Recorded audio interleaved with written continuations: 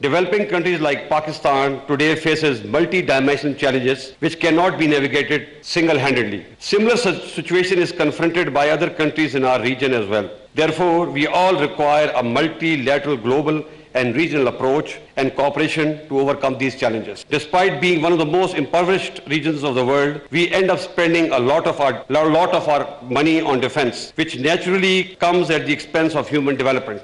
Our defense expenditure have rather reduced instead of increasing. Pakistan security खतरात के बावजूद दिफा पर बहुत कम खर्च कर रहा है। सिक्योरिटी पर अखराजात बढ़ाने के लिए इंसानी तरक्की की कुर्बानी देना पड़ती है। नेशनल सिक्योरिटी को यकीनी बनाना सिर्फ अफवाज का काम नहीं, दहशतगर्दी और इंतहा पसंदी पर काबू पाने के लिए कम तरक्की याफ्ता इलाकों को तरक्की दी जा रही है। Army chief general Qamar Javed Bajwa का नेशनल सिक्योरिटी डायलॉग से खिताब। नेशनल सिक्योरिटी डायलॉग वक्त की अहम जरूरत करार।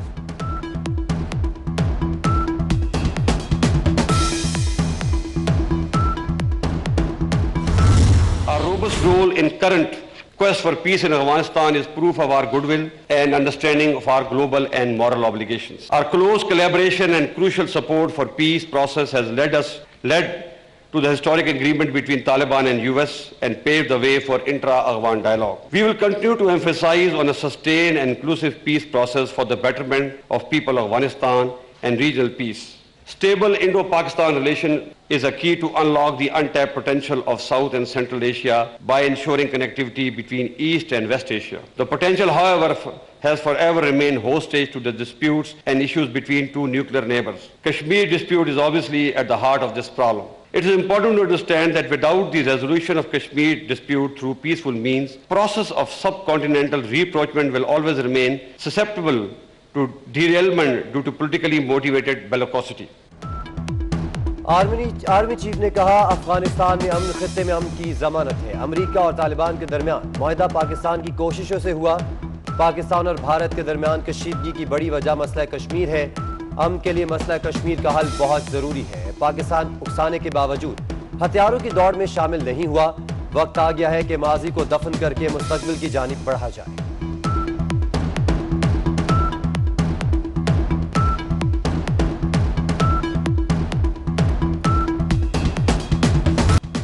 जस्टिस काजी फाइज ईसा की लाइफ समाअत की दरख्वास्त पर फैसला महफूज। जस्टिस काजी फाइज ईसा ने सुप्रीम कोर्ट में दलाइल दिए, हुकूमत जजेस की जासूसी ना करे, यही सूरत हाल रही तो पाकिस्तान में रहना पसंद नहीं करूंगा।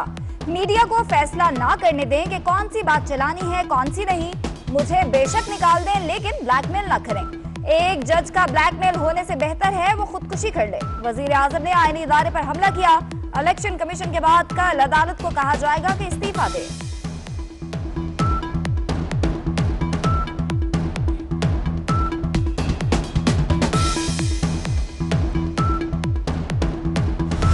हमारी तो हुकूमत आई तभी पहले हफ्ते उन्होंने कहा फेल हो गई है, पर पहले दूसरे हफ्ते में कहा फेल हो गई है। यानी उन्होंने पहले से प्लान किया हुआ था कि फेल हो, क्योंकि आपको पता है उनका एजेंडा तो कुछ और है।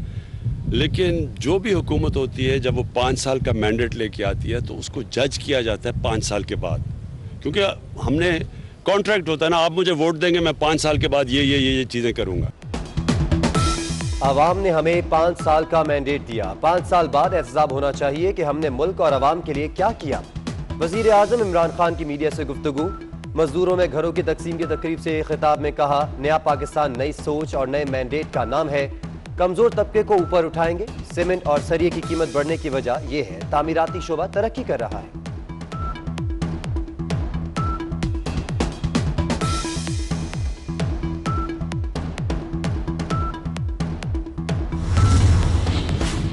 फंडिंग केस में तहकीकाती कमेटी के खिलाफ वजीर आजम इमरान खान की अपील समाप्त के लिए मंजूर। फंडिंग केस अभी जेर इल्तवा है तो फिर मसला क्या है?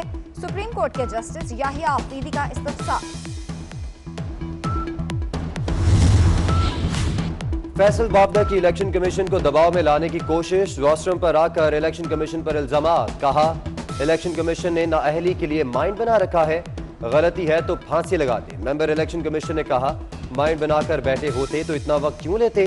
हम शक्लें या सियासी जमात को देखे कर नहीं, कानून देखकर फैसला करते हैं। समाअत मुलतवी होने पर फैसल बाबदा इलेक्शन कमीशन में सजदा रेस, बाहर निकलकर सहाफी से बदतमीजी भी की।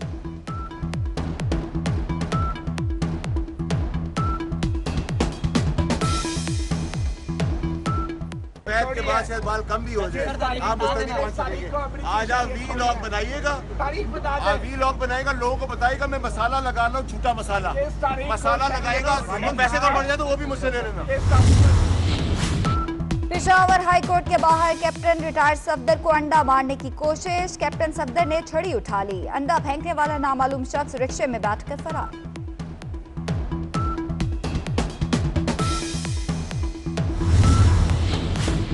मरियम नवाज के खिलाफ करप्शन केसेस की तहकीकात में तेजी। नैब लाहौर ने जाती उमरा में 1500 कनाला राजी की गैर कानूनी मुंतकिली के केस में भी 26 मार्च को तलब कर लिया।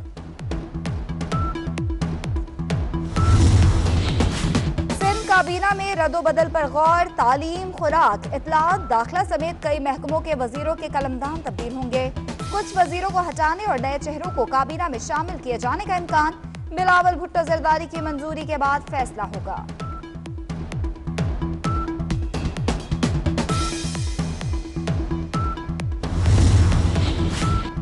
वजीर आला सिंध मुराद अली शाह का कराची में टीचर्स ट्रेनिंग इंस्टीट्यूट का दौरा।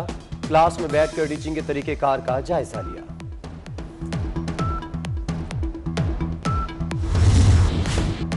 IMF की शर्त, CPEC मंसूबों से टैक्स छूट वापस लेने की तजवीज। FBR की चीनी कंपनी ऑरेंज लाइन ट्रेन से टैक्स छूट वापस।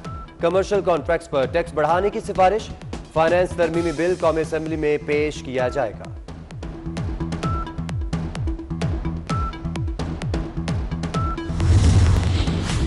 इस्लामाबाद हाई कोर्ट ने सनतों को इजाफी गैस फराहमी बंद करने का हुकूमती फैसला बहाल कर दिया। सनतों की दरख्वास्त पर दिया गया हुक्म इम्तनाई खत्म। चीफ जस्टिस ने रिमार्क्स दिए, अदालतों को रियासत के मुआशी मामलात में गैर जरूरी मुदाखलत नहीं करनी चाहिए। 4 दिन के स्टे ऑर्डर से गर्दिशी कर्जा कितना बढ़ा, हाई कोर्ट का कल तफसीलात पेश करने का हुक्म।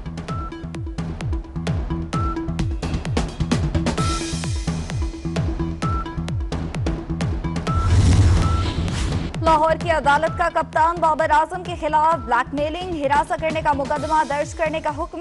हमीजा मुख्तार की दरख्वास्त पर फैसला सुना दिया गया। बाबर आजम इंक्वायरी में शामिल हुआ, न बयान रिकॉर्ड कराया। FIA साइबर क्राइम की रिपोर्ट पेश। IMF की शर्त, CPEC मंसूबों से टैक्स छूट वापस लेने की तजवीज। FBR की चीनी कंपनी ऑरेंज लाइन ट्रेन से टैक्स छूट वापस। कमर्शियल कॉन्ट्रैक्ट्स पर टैक्स बढ़ाने की सिफारिश।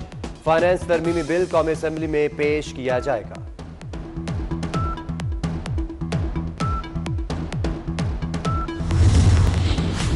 इस्लामाबाद हाई कोर्ट ने सनतों को इजाफी गैस फराहमी बंद करने का हुकूमती फैसला बहाल कर दिया।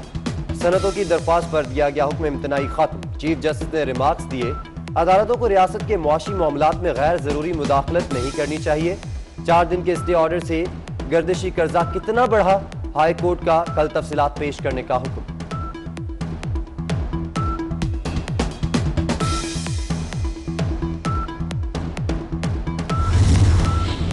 लाहौर की अदालत का कप्तान बाबर आजम के खिलाफ ब्लैकमेलिंग, हिरासत करने का मुकदमा दर्ज करने का हुक्म। हमीजा मुख्तार की दरख्वास्त पर फैसला सुना दिया गया। बाबर आजम इंक्वायरी में शामिल हुआ, न बयान रिकॉर्ड कराया। FIA साइबर क्राइम की रिपोर्ट पेश।